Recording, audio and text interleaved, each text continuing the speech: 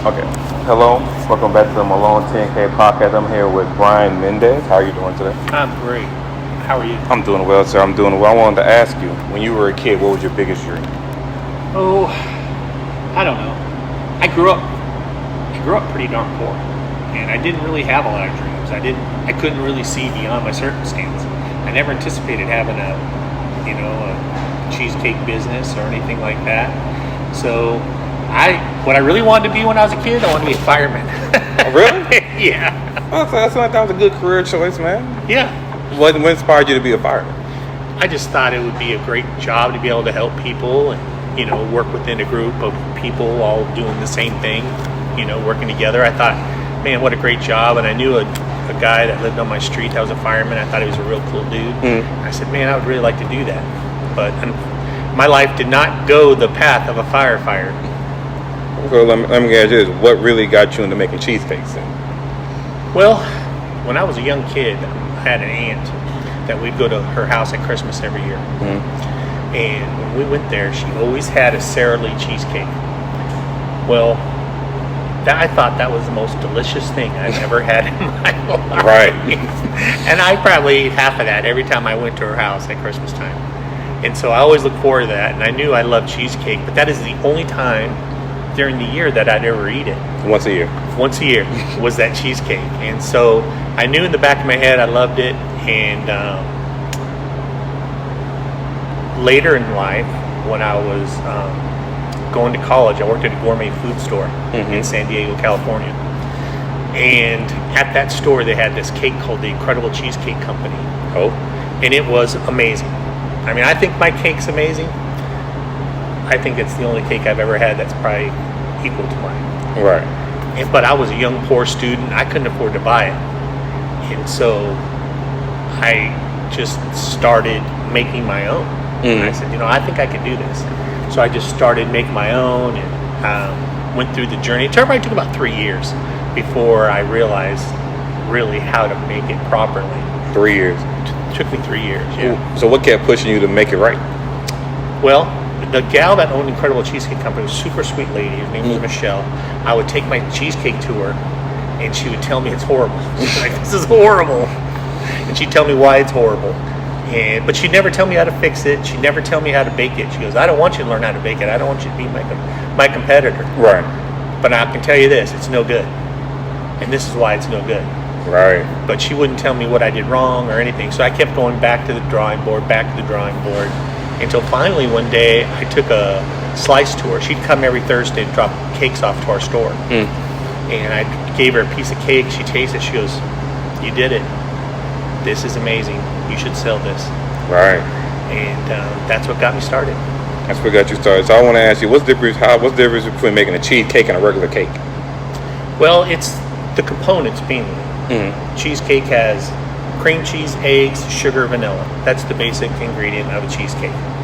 A flour cake has leaveners, has flour, has salt, has all these other ingredients to make this cake. So cheesecake has no leavener. So whatever rise you get out of it, it's how you bake it. And cheesecake is a very finicky thing because when you cook eggs, sometimes they kind of puff up. Right. And after they puff up, what happens? They fall down. Right. And so learning how to bake cheesecake at the proper temperature for the proper length of time so it doesn't crack, so it's cooked in the middle and it's not raw in the middle, or it's not overdone on top and chewy and no good, is really an art. And mainly that's the difference between cheesecake, is just the components and the temp and how they're baked. Right. I want to ask you then, what obstacle did you face on your journey to owning your own cheesecake? This journey was so weird because I was a school administrator. That's what I was. I was school principal. I worked at Lindell ISD. I worked at Tyler ISD. And I had no intention of doing this full time. My wife and I always dreamed of having our own shop, and we just believed in our cheesecake. Right. We thought it was delicious, and we said, we should make this one day. Just kind of do and see what happens. And so that's what we did. We went to Canton Marketplace. We opened a small little booth. And were you nervous? yeah, I was nervous. I was excited and I was nervous. But, you know, I had my principal job. If it flopped, I'm like, you know, it is what it is. You know, I'm just not going to change my life. And I watched this organic thing happen that I couldn't anticipate, that I couldn't plan. This was not some genius business plan by Brian Mendez. Right. This was a God thing, I believe. And it just happened organically, where one thing happened and required me to make a decision to do another thing. Right. You know, in life, things are so much like that. We don't drive the decisions. Most of the time, it's circumstances that drive the decisions, right? We make a decision, it has an outcome. That outcome requires us to make another decision. Correct. And those decisions, just, you know, that's all life is a process of decisions. And that's what I call Brian's Cheesecakes. It's just a process of decisions that we made that kind of manifested into this business unintentionally and then intentionally. And it was just beautiful to watch, because it was much bigger than I was. So let me ask you this: what point did you know in your mind that this was for you? So when you did it after 3 years, or whenever you were making it? That's a good question, because we got to the point where we realized that what the business was bringing in was equivalent to what I was bringing in as an assistant principal at Hubbard Middle School. My wife says, okay, Brian, you need to make a decision, buddy, because this is getting bigger than you can do. You can't do both. And I was terrified, because I had worked so hard to get my administrative position. I had other dreams in education, more goals I wanted to achieve. And this kind of hit me in the side of the head, because I wanted to do the cheesecake, obviously, because I did it, but I had no intention of leading my career. So you didn't know it was going to turn into as big as it was going to turn into. Right. So I had to make a decision right then, very quickly, before school started. Am I going to quit my career for this? I was terrified. I was truly scared. And that's that moment in business where it's this fight or flight. You're going to walk away from this right now because you're too scared to do it, or you're going to do it and you're going to give it everything you got, because it's everything you got, because you're quitting your career. Right. And my wife really encouraged me. I don't think I could do it. My wife discouraged me. I probably would have never had Brian's Cheesecakes. But my wife encouraged me. She said, you need to do this. I think this will be fine. And you know what the funny part was, is I didn't trust the cheesecake. So I said, well, I need other stuff. I need bagels. I need breakfast stuff. So I started buying, like, what are those breakfast scones that I bake. And all I was doing in the morning was throwing those in the trash. Every day I threw every week I threw hundreds of dollars of product that I would buy, thinking I need other stuff besides cheesecake. Because everyone told me, you can't just do it with one thing. You can't just sell one thing. I mean, how many stores do you go in there and they sell one thing? Very few. Very few. It's just it's an anomaly that you just don't see. So to me, you know, like I said, I had a lot of experience in retail at grocery stores that has tens of thousands of things. And I'm thinking, what am I going to do? Just sell cheesecake? And I didn't trust it. And it was amazing watching cheesecake prove itself. It was enough. It was enough. That one product, done well, done beautifully, was enough. And it took me, back to your question, it probably took me a year and a half. In a year and a half, I knew at that point I had outgrown the small little spot I was in. And I needed to find another spot. Did you do it every month? Well, let's fast forward a little bit.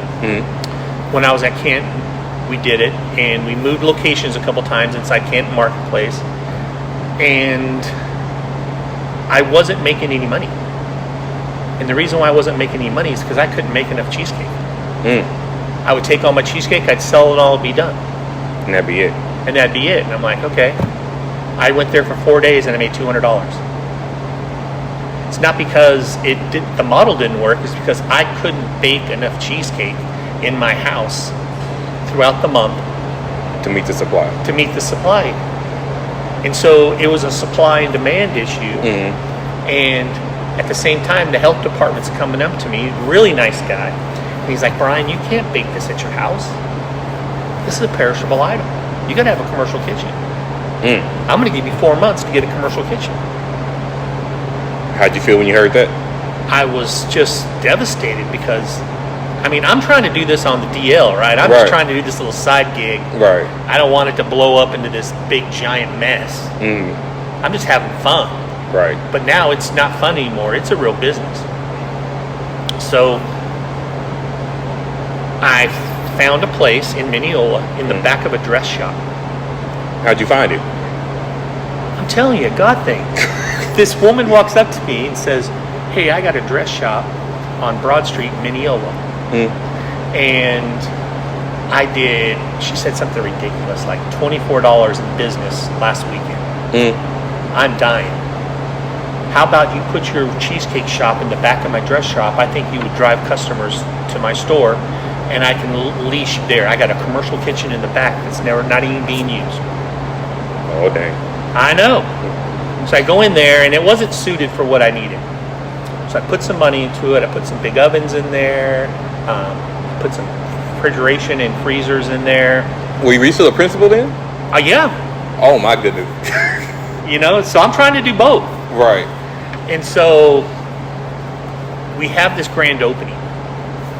And, well, I'm getting ahead of myself. So I'm in there baking these cakes, and I told my wife, I said, you know what, since we're here, let's buy a case, let's put it in the dress shop, and advertise. Yeah, and maybe we'll pay for the rent for the dress shop. Right. We'll open only on the weekends. She was like, okay. So we buy the case, and we advertise, Brian's Cheesecake's open this weekend. There was a line out the door for about 3 hours, our grand opening. We're like, where are these people coming from? How do these people know us? And they're like, we know you from Canton. Right. So this thing kind of had this, again, an organic, natural, hometown kind of flair to it. And it just blew up from there. And it just got so big from that dress shop that we knew we had to do something. And the lady that owned the dress shop that came and approached me, her husband had gotten sick, and she said, Brian, I want to sell you my building. And I said, her name was Mary, sweet woman. And I said, Mary, this thing this thing's so old, like built in the 1800s, it's literally fallen apart. I don't have the money to retrofit, and it really doesn't fit my needs to grow. Right. You have 2 tenants upstairs that live. I don't want to be a landlord. I'm going to pass. So she sells it to a woman. And the woman comes in and says, hey, I love everything about it. I'm not going to change anything. You can stay. I'm like, great. This is a perfect situation. So were you nervous when she sold it and you thought they were going to kick you out? Yeah. Well, a couple days later, her realtor comes in. She goes, hey, she changed her mind. You have 30 days to get out. Oh, dang. So Brian's Cheesecakes is now on the rocks again, right? Back on the rocks.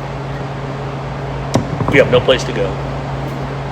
And I'm nervous. And I'm scrambling, and I told my wife, I said, well, it was fun while it lasted, but, we just don't have a place to go. I mean, I don't know. We have no place to bake our cheesecake. We have no place to sell them. We're done. You ready to call it quits? Well, I just really had no options. I had no way. I'm looking for places, but there were no options. And then this lady comes in the building. I mean, this whole thing is so bizarre that if I wasn't telling you, or if I didn't see it myself, it'd be hard for me to believe. This lady pulls in the store, and she goes, hey, I don't know you, but I'm leaving, I'm moving, and I saw this place. I just have to tell you, there's a storefront up here that is open. That'd be perfect for you. I don't know why I'm saying this. I don't know if you need a storefront. I'm just letting you know it's available, and this is the guy that owns it. and he's very picky, and I just feel you guys would be a great fit. And God just told me to come in and tell you this. I gotta go. Bye. And she leaves. Just like that. Yeah. I've never seen her in my life. I don't know her. So I go talk to the guy, and we end up becoming dear friends. And I end up opening my shop. And so now I have a shop to sell, but I don't have a shop to bake. So Sister to Sister Cookies here in Tyler let me bake in their kitchen until, well, let's fast forward again. At the same week that woman came in, another man came in my store and said, "Hey, I've got a building on Highway 80."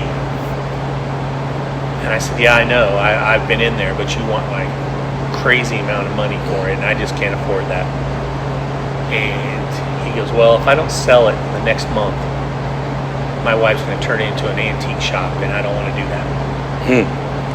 He goes, "I'll sell it to you for this amount," which was a third of what he was asking for. And I said, "Deal." So I bought a building on 5 acres in Mineola.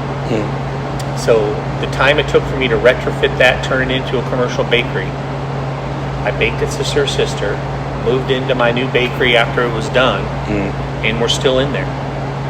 So this whole thing was not anything I planned. It was nothing that I found and orchestrated this. It was just one decision turned into another thing, turned into another thing. And it was just kind of amazing how this whole thing manifested. I shake my head over it because it just doesn't work like that. It doesn't? But it seems like everything happened for a reason, don't it? Yes, sir.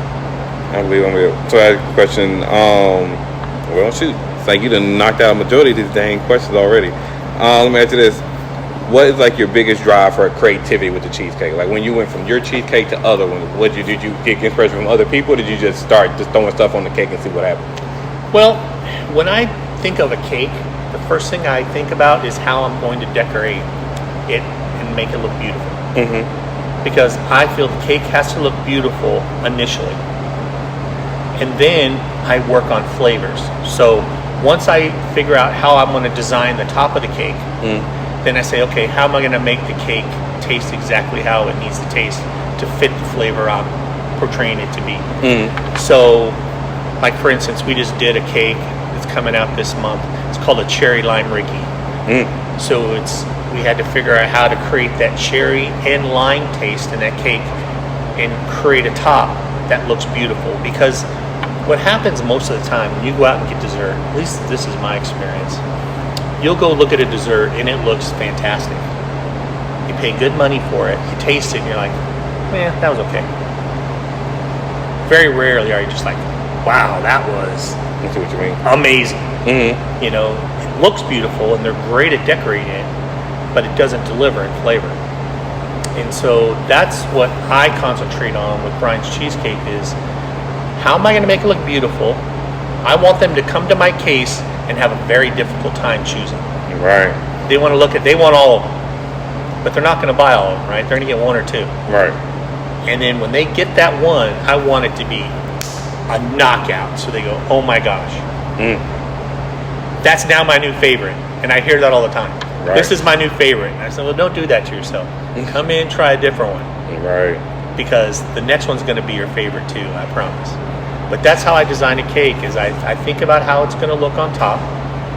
And then I say, okay, let's develop the cake. And oftentimes it's trial and error. We'll bake many, many of them before we say, okay, this is the right flavor.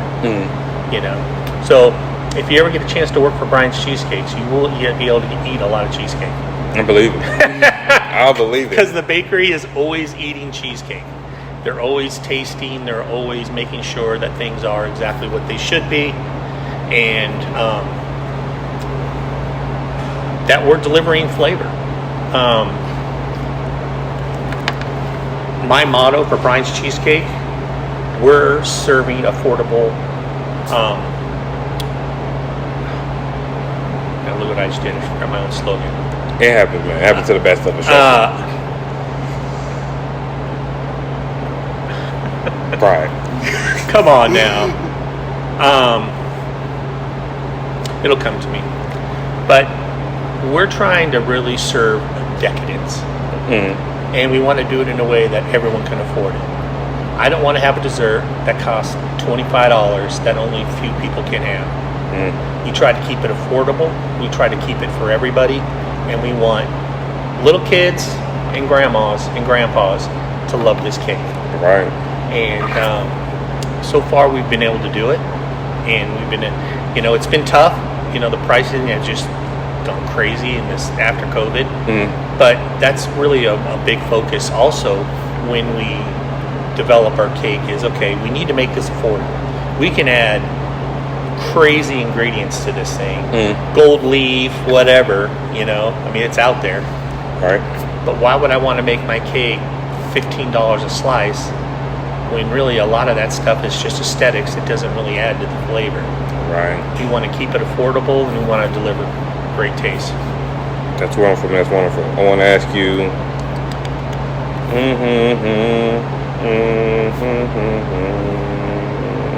What's your difference between you and your competitors? I think mainly is that we sell one thing. I mean, and there are other people that sell one thing. I mean, look at Crumble Cookies. They do a great job, right? They do a good cookie. It's delicious. It's decadent. When you do it right, you can do one thing. And cheesecake is difficult. Cheesecake is not an easy thing to bake, although everyone sells it. You can buy it from Cisco, you can buy it from Biddy Keith, you can buy it at Sam's Club, you can buy cheesecake, but you can't buy my type of cheesecake from there. It's a different, it's just a different taste, it's a different texture, and our cake is just different. And the way we know that is because if it wasn't, you'd have all kinds of cheesecake shops. Right. You don't see them doing that.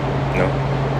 So in order for you to say, all right, I'm going to sell nothing but cheesecake, and it's got to be good enough to where people are going to say, you know what, I'm going to choose to go to Brian's Cheesecakes, park in that parking lot, walk in there, get a slice, rather than go and buy a whole cake from Sam's. Right. For $15, you can get a whole cake from Sam's. I believe it. That wouldn't buy 3 slices of mine. So, something is different, and I think that's what's different from us is that we deliver a flavor, a texture, and great service. Our folks here are amazing with our customers. Right. And they appreciate that. And it's always good to have good customer service. Yeah, so when they walk out, they feel like, because I tell my employees, we're not selling cheesecake. When that person walks in that door, are we confused as to why they're here? There's the only reason why they're there for cheesecake. Right. We don't have to sell that. They're already here. What we have to do is give them an experience. We're selling them an experience. So when they come in, they feel appreciated, they feel catered to, and they feel like, man, I got exactly to the best of our ability what I wanted when I wanted it. And then I walk out and then I enjoy the cheesecake. Right. And so I try to emphasize with all our employees, we're not selling cheesecake. We're selling an experience. And I think also that creates a degree of separation for everyone else. When you go in there, it's a hustle and bustle. What do you need? Put it on the counter and get out. Right. We're more of a, how can we help you? How can we address what you need? Because we already know we have the best cheesecake. Right. I see. I understand. Let's see here. What's your definition of success? Word of mouth from customers. That's success. I believe when you do everything right, your business manifests the resources it needs, and it continues to grow. But that's a manifestation of doing everything right. Some folks are out just to make money. So I need to make money. So they're cutting corners. They're eliminating staff. They're creating marginal eating environments. All of these things to shave the bottom line, to increase the bottom line, shave costs, and that diminishes experience. I believe that success is defined by a customer coming in. They post, wow, this was really delicious. The service was fantastic. I can't wait to go back in there again. That's success for me. Because if I can continue that, then everything else will follow. Right. And so that's how I define success is my customers' satisfaction. And anything else, yeah, you could define success by, wow, this month we made a lot of money. But if it cost something that diminished your operating procedures or your values, then really that's short-lived, because that won't go forever. Correct. That will die. And so I'm looking at success. I want to sell them 1,000 slices of cheesecake, not just one. Correct. And I want them to be happy with every one of them. Right. I want to ask you, are you happy? Yeah. Happiness is a choice. Happiness is a choice. And there are parts of business that make you frustrated. Don't get me wrong. I mean, in life, things will frustrate you. But happiness is a choice. And you choose to get out as much as you can out of what you do. And I truly believe that this is a phenomenal ride, and I'm in it for what I can experience. I mean, I can't believe when I look at, 3 locations, a big old bakery in Mineola, a bunch of employees, and that's happened within 5 or 6 years. I mean, most businesses go out of business in 5 years. That's the truth. I believe it. And so for us to be thriving in just, I would say, vulnerable markets right now, with supply issues, with inflation, with the economy the way it is, and we're still able to sustain ourselves in a healthy way, I don't know how anybody could be unhappy with that. That you have to really kind of just be thankful, because it's an amazing thing for any business to be thriving right now. Right. And I'm truly happy with it. I'm happy for you. So before you opened this shop, when did you know it's time to open up a second shop? I didn't want to do it. It was my wife. You didn't want to open up a second shop? I was still nervous about the whole process. And my wife said, we got to go to Tyler. And why'd you choose Tyler? She just knew it was a larger market. She knew that we needed to have a presence here. And so I'm looking at the cost. I'm like, Lynette, oh my goodness, we just paid all this money to open up Mineola again. Because remember, we had to move from the dress shop to our second shop. Right. So I had to put a bunch of money into the second shop to get it up to snuff, to even get it to code to go. Right. And we just came off that. I mean, we really, I don't know, and I don't really want to. And when I said, no, let's go look. Let's just go look. So we're driving around Tyler, and we're looking at empty shops. And she gives this one shop number a call, and the guy says, yeah, I'll meet you out there. I'm just like, whatever. Okay, we'll talk to the guy. Right.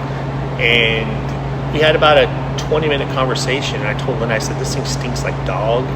It's disgusting, and they want a ton of money for it. I am not doing this. I don't want to take on a big eyesore like this and try to make it beautiful. And the guy's like, well, what do you guys do? And I told him what we did. He goes, oh, I know who you are. I got the perfect place for you. I'm like, really? He goes, yeah, come on. He brought us here. And he said, this is owned by the bank, and they're looking for someone just kind of niche type situation. And I walk in here, and you're not going to believe it. Most all the equipment that you see here is already there. The sinks, the hoods, the counters, everything that I'd have to buy. The bathrooms are all beautiful, and already retrofitted. I'm looking at them like, oh my gosh, they probably want $1 trillion for this. And they didn't. And I shook his hand. I said, "You got a deal. We'll take it." And we never looked back. All we had to do was did some work on the floor. We put, these Brian's Cheesecakes pictures and stuff up here. But that was already there, that Tyler thing. A lot of the stuff was already here. We didn't have to put money into this at all. It was a perfect situation. Right. So my wife's like, one more time, rack it up for her. She did it. Right, brother. Your wife is very ambitious, ain't she? Well, that's the funny part of this whole thing. Is my wife is not entrepreneurial. She is task. She's all about task. She's a librarian for a school. So she is not one to take risk, but she just believes in this business so wholeheartedly that where my faith fails, her faith picks up the slack. And she's been able to, come on, bro. I have faith. Right. You can do this. This will be fine. I'm not worried about it. And my wife's not worried about it, then I feel better because my wife worries about everything. So if she's not worried, why should I be worried? Right. And so she's the one that got us into this too. So I have to give her 100% of the credit because I probably would have never came to look at Tyler if it wasn't her making me do it. What I was saying, I'm happy you came here, man. We wouldn't be having this conversation right now. That's right. We're having this conversation. I want to ask you, what is your personal favorite cheesecake? It's the cookie butter. Cookie butter. Have you ever had it? No. Hey, John. You gotta try this. It's stupid good. You lying. Hey, Bubba, do we have any cookie butter? Can you make up one, please? Yeah. Thank you. It's amazing. You lying about this cookie butter? Cookie butter. Did you make that up? Well, no. Okay, so cookie butter is a European thing. And what it is, it's like their version of peanut butter. So it's actually called speculoos. And speculoos is this kind of sweet graham cracker kind of taste. It's so unique. It's a flavor all its own. So when I used to fly, my wife used to be a flight attendant, and they have these cookies on the plane called Biscoff cookies, and they're speculoos cookies, and they're delicious. And I always love those cookies. Well, they make a spread in the flavor of those speculoos cookies. And I said, man, wouldn't it be great to have a cheesecake in that flavor? And before you knew it. There you go. And the cookie butter is amazing. It is delicious. How many times did you make it till you got it right? Actually, that was fairly simple. That one was pretty straightforward. I made it. We all tasted it. We looked at each other and we're like, that's an automatic right there. That is just silly delicious. So you do the cookie butter. You put some cookie butter on top. Put some whip on it. Done. And it's one of these cakes that when you look at it, there's nothing about the look of it that is like, wow, that is amazing looking. But it's one of those ones, once you taste it, it's instantly one of your favorites. Right. Because it has a really rich, decadent flavor, and it's a dense cheesecake. And so, every bite is just this unctuous kind of thing. It's a great flavor. I love that one. So cookie butter is my favorite. Another one of my favorites is the lemon. The lemon is a complete knockout, and most people don't like lemon. People say, oh, lemon, that's always, I had the one guy one time tell me, he goes, lemon. He goes, that's horrible. That's always the last piece of candy in the dish. And I said, well, maybe so, but this will be the most amazing cake you've ever had. And it's very good because we make our own lemon curd. And it's the lemon curd that makes it so, has a very sharp citrus. Right. But then it has that sweet that tames it. It's delicious. So between the cookie butter and the lemon are probably my two favorites. Oh, goodness. It sounds like you got all this down to a science. I want to ask you this. Whenever you were making those cheesecakes for 3 years, let me ask you something. What was really going through your mind when you were making these cheesecakes? Like, you came a long way from just making cheesecakes and giving it to this woman. Yeah. The real deal, and I'm just going to be honest with you, I love cheesecake. So I was making it for myself. Right. I mean, I wanted to eat these cheesecakes. But then it became this quest where this woman told me my cheesecake was horrible. So now I had to prove her wrong. I had to prove her wrong. I had this stubbornness about me that said, I can do this. I can make this cake. I can impress this woman. Well, I mean, I don't know why I thought I could, because she's been making them forever. She has a very thriving business. Why in the world do I think I should be able to make cake as good as she does?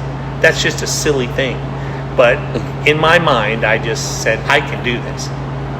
And, I just spent a ton of money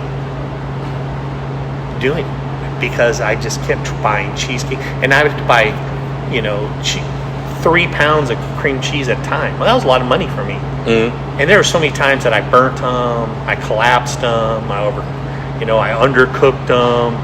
And I used to get so frustrated because I'm like, man, that was all that money wasted. All the sugar, all the eggs, all the stuff. And every time I messed one up, it just drove me harder to figure out, dang it, figure this out. Right. And you have a notepad, you start writing down the ingredients on? Well, I did, and what I started doing was, I thought, well, do I need to do a water bath? A water bath is a steam table that creates this steam environment for your cakes so they don't crack. Well, I tried that, and then I had this special pan made that the pan went inside the pan, so it had steam around it. So I thought, I can develop something unique like that.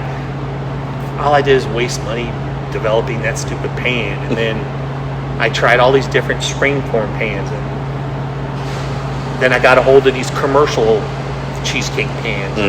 Those seemed to work better, and it was just this long process of making these cakes, and I was consumed with it. And here's the stupid part. I had so much cheesecake around the house. I mean, I'd put them in the fridge, and my wife's like, take it to work. You got to get all these cheesecakes out of here. This is ridiculous. We have too much of this stuff. And a lot of them were unedible. I mean, I ruined them. So, I had all these, and I felt bad just throwing them in the trash. So I was taking them to work, and people are like, what are you bringing? This thing looks disgusting. I don't want to eat this. So I couldn't even give some away. It was so bad. But, I mean, looking back on it now, I mean, the things I say, especially when you're able to come into your own store and see Brian's Cheesecake on a building, and you're able to come in and you know that you own the building, you have amazing employees. Let me ask you this. From there to now, what's the one thing you wish you would have told? What's one thing you would have told yourself when you were making those cheesecakes where you are now? I wish. This is the weird part. When you're in that journey, right? You're trying to figure this out. Some people will say, I knew that I was going to make it, and I was going to be this big success and everything. I can't say that. When I was doing that, you know what? I was just worried about baking that cake so it didn't burn. Right. I was so myopic in what I was doing. I really was just chunking things one at a time. Make this cake and not mess it up, Brian. And be able to do it every time. Right. Because I would bake one and it'd come out perfect. I'm like, oh, I did it. You did it. I did it. And the next one I'd burn. I'm like, I did it the exact same way. What happened? What did I do wrong? Right. And so I was so frustrated with the process that in my mind, I needed to figure out the process. Not because I thought I was going to do a business. Just so I didn't waste the money and waste cheesecake anymore. Right. And I see it. I think when I look back on it, mastering what I was doing, unknowingly was creating this. I was unknowingly creating Brian's Cheesecakes. One of my favorite quotes, and I don't want to misquote it, but Kathy, the guy that owns, oh, thanks, Jonathan. Hey, we'll take it now. I didn't know if you were on camera or not. No, you was going. Thank you. Oh, can we get a fork? You got lucky because that one's like a 3. Oh my goodness. So Kathy, There you go. thank you, Jonathan, who owns Chick-fil-A, right? Mm. He has this quote, and I don't want to misquote it, but basically in essence is this. I've been working, when he opened his first store, right? I've been working on opening this store for the last 30 years. Unknowingly, but he was. And I can say the same thing. I've been working on opening up Brian's Cheesecakes This entire time. for the last 30 years. And I didn't know it. You didn't know it. I didn't know it until now when I look back and I say, oh wow, the process was real. It was genuine. And I learned how to bake this. As a result, this is what happened. Right. And it's, for some they can say, oh yeah, I meant it. I can't say that. All I can say is that I was just committed to the process. And as a result, I can now make this cake, which is now Brian's Cheesecakes. Brian's Cheesecake. You got to try this. Oh, hold on, I gotta see this because you got me convinced that you done made this. Oh my goodness, hold on.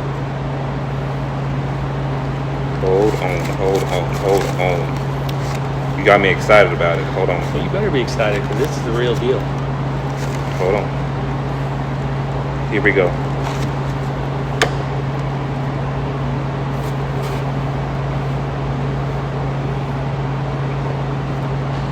Have you ever had a flavor like that before?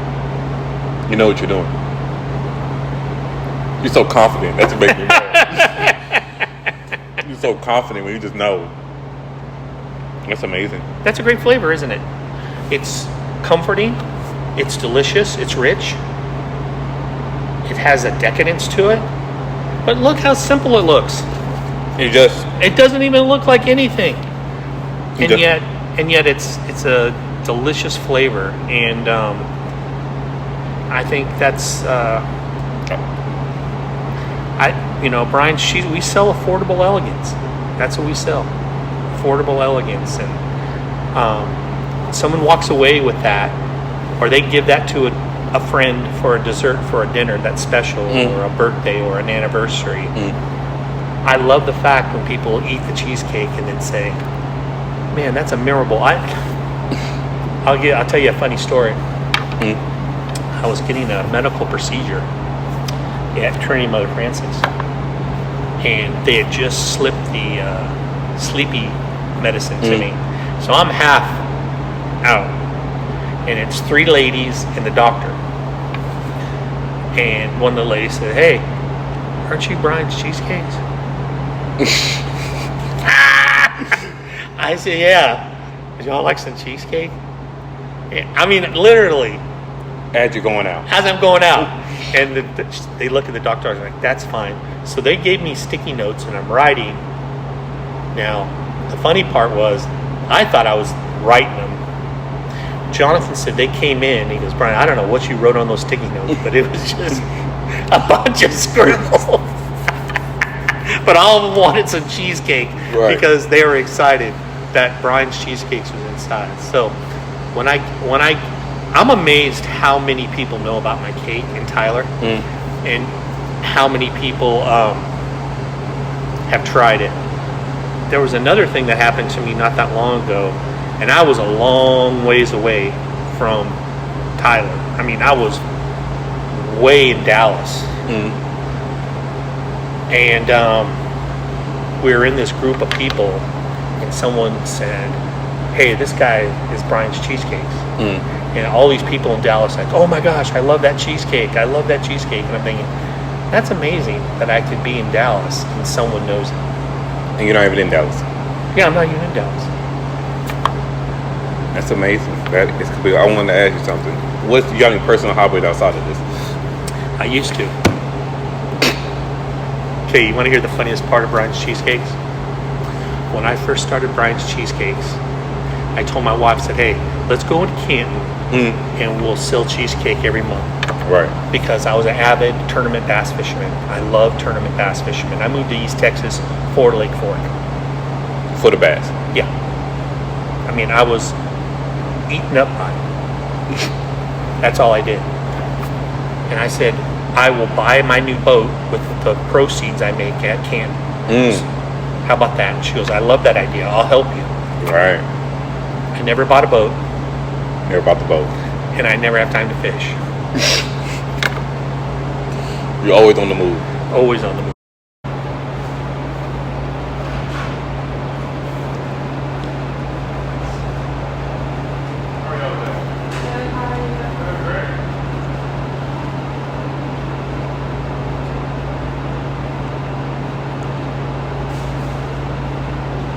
Oh, you want to talk about it? What's that? I've been tearing this cheesecake up. Good. That's what it's meant to be. It just looks so plain. And when you bite into it, before you know it. That's right. You know what's funny is our cake slices are pretty big. And so people are like, oh, that's so big, I can never eat it. And then all of a sudden, boom, it's gone. Like, I can't believe I ate that whole piece of cheesecake. So it's so creamy, so soft. It goes down pretty easy. It surely does. It surely does. I want to ask you, well, do you have a work-life balance? I do now more than I probably used to. I am a workaholic. And so I drive myself harder than I should, but my health is not great. And so my wife has really pushed me to delegate more. So now I'm a kind of hyper delegator. I really lean on my employees, my managers, and I have a bakery manager. I have a manager in Mineola, Tyler, and it's really helped me kind of just like be able to do things like this. Like I would never take time to do this. It just wouldn't be part of me. I'm like, I got stuff to do. I got time to be talking to people. All right. And I think now, as I,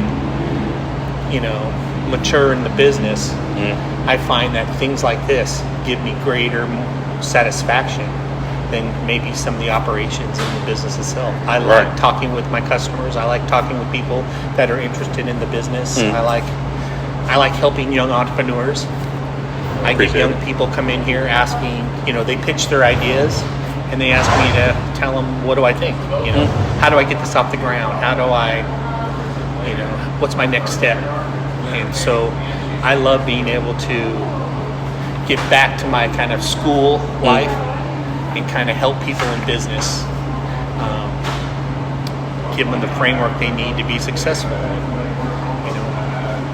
I like that just as much as actually doing the business. So everything came back full circle. Yeah, I would say that. Everything came back full circle. So where do you see the company in the next 5 years? Well, I really don't want a lot more storefronts. I'm happy with the 2-3 I have. My business is kind of moving into a different direction, more of a wholesale. So in the next 5 years, I need to build a new bakery, and I need more automation and more fabrication, because I sell a lot of cheesecake by the slice. So if you go to Duke's Travel Centers, you go to Cubby's Travel Centers, they sell hundreds and hundreds of slices a week in a container to customers that come into their gas stations. All right. And so I really want to pursue that more. And I would love to be able to sell routes to people where they could buy the cake and then distribute themselves and make the money themselves. I think that would be a great thing to pursue. Wow. Okay, so how long have you been thinking about this? This is something that's really come to its own in the last couple of years. When I was looking at a franchise for Brian's Cheesecakes, the idea came as rather than the exorbitant cost of a whole storefront, they could get a route, build it as big as they want, not have a storefront, and make just as much money. Wow. So that's been something that I've been really working hard on, trying to get off the ground and get moving. But that's in the next 5 years. I hope that, kind of give you a looking at a vision of what I'm looking at. You ever go to those gas stations? You go to pay your bill, and they have those little cakes right at the counter. And every gas station has those cakes. Cookies, brownies. That's what I want. Every one of those gas stations to have slices of Brian's cheesecake. Oh my goodness. I mean, think about that. There's a lot of gas stations, a lot of opportunity in it. Yeah, and they would sell it. I mean, all they have to do is try it. Right. That's all they have to do is try it. And then I got them. Good morning. That's amazing.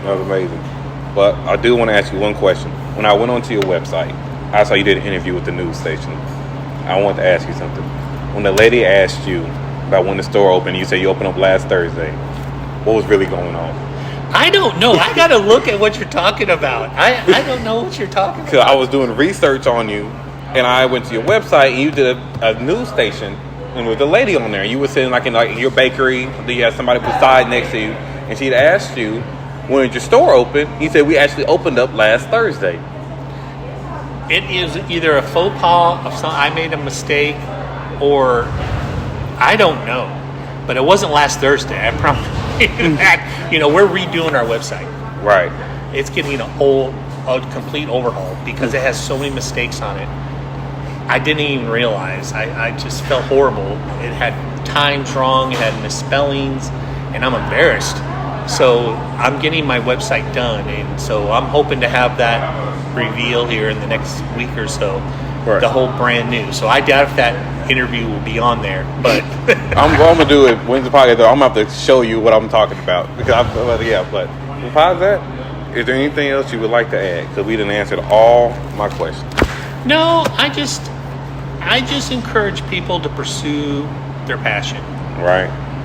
Whatever it is, and you don't have to have a giant grand scheme. Pursue your passion. Let things happen organically and see where they go. Right. Everyone a lot of young people, I'm going to say everyone, but a lot of young folks that I talk to that come to me and say, hey, I want to do this business. And they want to open a giant storefront and clear all this debt and all this. Well, all that does is just heap massive pressure and increases your chance for failure. Right. I want to encourage everybody that does something well, that does something they love to do, to keep doing it and see where it goes. Right. And hopefully, something happens to where they're able to do it for a living, or do it to make some money, or do it because they love it. Right. But I encourage everyone to pursue their passion. And if everyone does that, man, we have some good stuff out there. We would. All right. Well, thank you so much, man. Thank you. I enjoyed it very much. No problem. Thank you. Now, we know y'all are coming to Tyler, but when are you officially opening to the public? I'm sorry, that didn't quite come through. I apologize. I was just asking, I know you're coming to Tyler, but when are you officially opening to the public? Well, we have been. Our grand opening was last Thursday. Before that, I can't remember. I would ask you about that. Okay, I'll tell you why. That's right. Great reception so far. That's an old thing. We're ready. In fact, see that guy to my right? Yes. That's my nephew. He goes to University of North Carolina. That was your nephew? Yeah, he flew in to help me open Tyler, this store. Mm-hmm. So we've been working day and night trying to get this thing ready to go. So that's an old video is why. That's years old. And you had it on your website, and I seen it. When you said, he said, well, we actually opened up last Thursday. I said, no, how they get the dates wrong? Yeah, that's an old video is what it was. It was really last Thursday.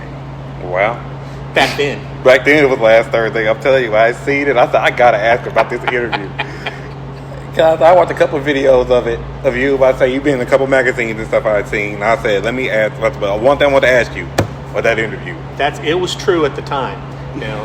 It's not true now. Oh, yeah. It was true at the time. Right.